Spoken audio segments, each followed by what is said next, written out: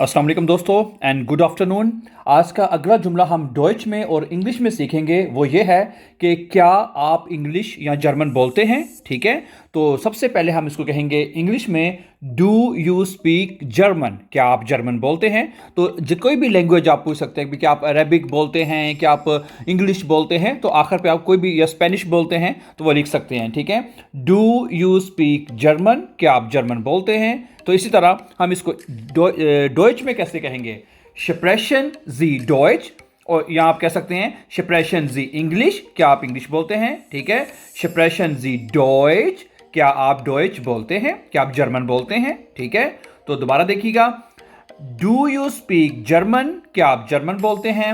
और डॉइच में कहेंगे स्प्रेशन जी डॉइच, स्प्रेशन जी डॉइच, क्या आप जर्मन बोलते हैं।